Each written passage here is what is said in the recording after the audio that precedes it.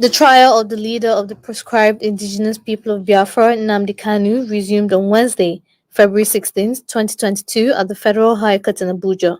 Mr. Kanu appeared in court wearing his regular Fendi outfit, a clear violation of the order made by Justice Binta Nyako during his hearing in December 2021. Back then, the judge asked that he be allowed to change his outfit before the next appearance in court. Counsel to the IPOB leader Mike Ozekome complained to the court that the DSS have refused to allow Mr. Kanu a change of clothes. Mr. Ozekome added that Mr. Kanu's younger brother has been refused access to the DSS facility where he was detained on 3 occasions. He also lamented that since Mr. Kanu was arrested and detained, his eyeglasses were seized by the DSS and have not been returned to him. He requested that his glasses be returned to him so he does not go blind. Justice Nyako, responding to Mr. Ozekome's complaint, asked the Director of Legal Services of the DSS to provide explanations to the issue. The director said, "My lord, clothes that were brought for the defendants had a lion's head embroidered on them, and the defendants can't wear clothes with a lion's head." He further explained that clothes with lion's head offend the standard operating procedures of the DSS. The judge, however, asked the type of clothes Kanu prefers to wear. Responding, Kanu said, "I want to wear the clothes of my people, Ishiyagu." The court, however, refused his request but asked the DSS to provide Mr. Kanu with his glasses, which his lawyers said were taken away from him. Here is Mr. Ozekome speaking with newsmen after the hearing. Which again was seized from him and broken when he was captured in Kenya like a common criminal and forcefully renditioned to Nigeria. So today he has no glasses to use. So the court now has ordered the DSS to ensure that he gets his glasses. Then on the issue of clothes, if I'm here, the Jofo, and the younger brother of Nnamdi Kanu and others have taken clothes to him 3 times, and they will refuse to take the clothes. Is today we are hearing for the first time that the reason is that one of the clothes had the motif of a lion. That is a lion. We all know this is Ishagu, this Igbo clothes. I have some of them. Some have elephant, lion, tiger, giraffe. Some have cock. Some have antelope. So it wasn't meant to intimidate the court or to make any point. So we are hearing today that they won't want that kind of clothes. And the court has made it clear that it is better, instead of wearing a cloth that has that motif, he should wear plain clothes. The design of which is still left to him, it should be plain. It could be black, red, white, green, yellow, sky blue. It doesn't matter. And we also agree to that effect. That from now onwards, the cloth we give to him will be plain clothes. We didn't know that was the headache of the DSS. According to what the director said, he said it goes against their procedure. Also, the prosecution counsel, Shuaibu Labaran, informed the court that the defense counsel had filed and served him with 2 applications, which he had responded to accordingly. Labaran said the first application is seeking an order quashing the 15-count amended charge leveled against Mr. Kanu, and the other one seeking his bail. Mr. Ozekome, however, said he has an application that basically seeks the quashing, striking out, and dismissal of the 15-count amended charge against Mr. Kanu. He argued it was incompetent and denied the court of jurisdiction to entertain the 15-count amended charge.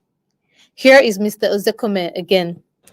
All the 15 counts in the charge are bad, and bad. Like I described it before the court, they are as dead as dodo. All that the court requires is to give them a decent burial, because there is nothing whatsoever in the counts at all.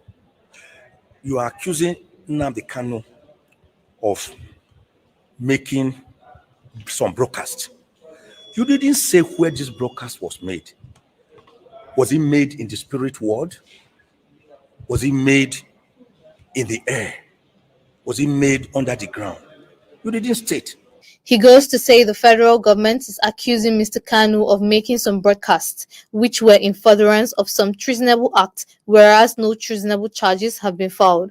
For you to charge a person with furthering treason, you must have to charge the person with treason.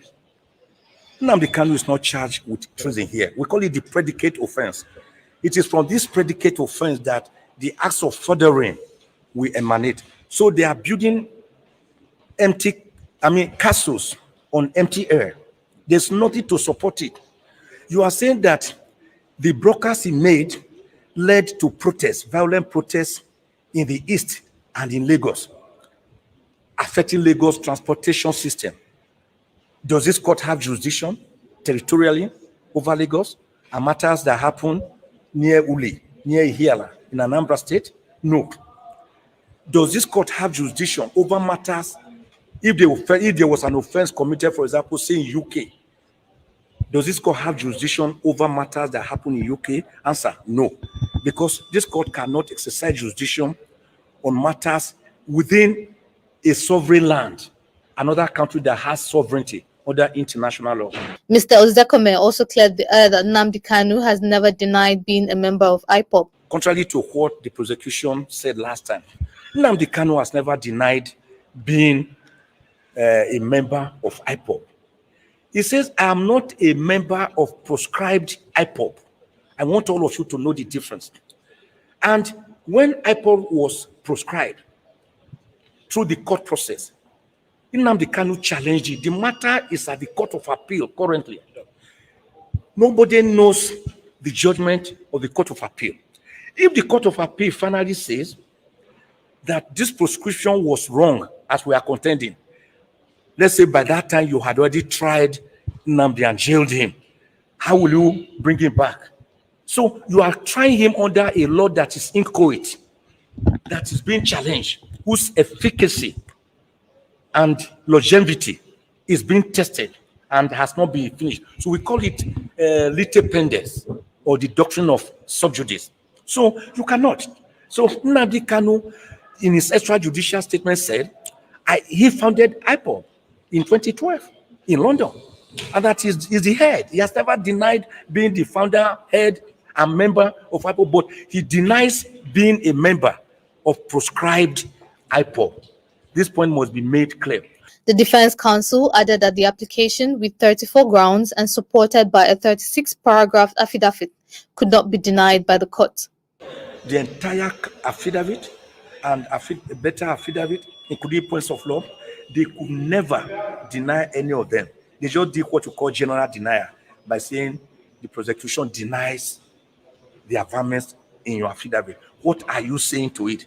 What did they say to the fact that Nnamdi Kanu was extrajudicially rendered a rendition to Nigeria? They don't have a word.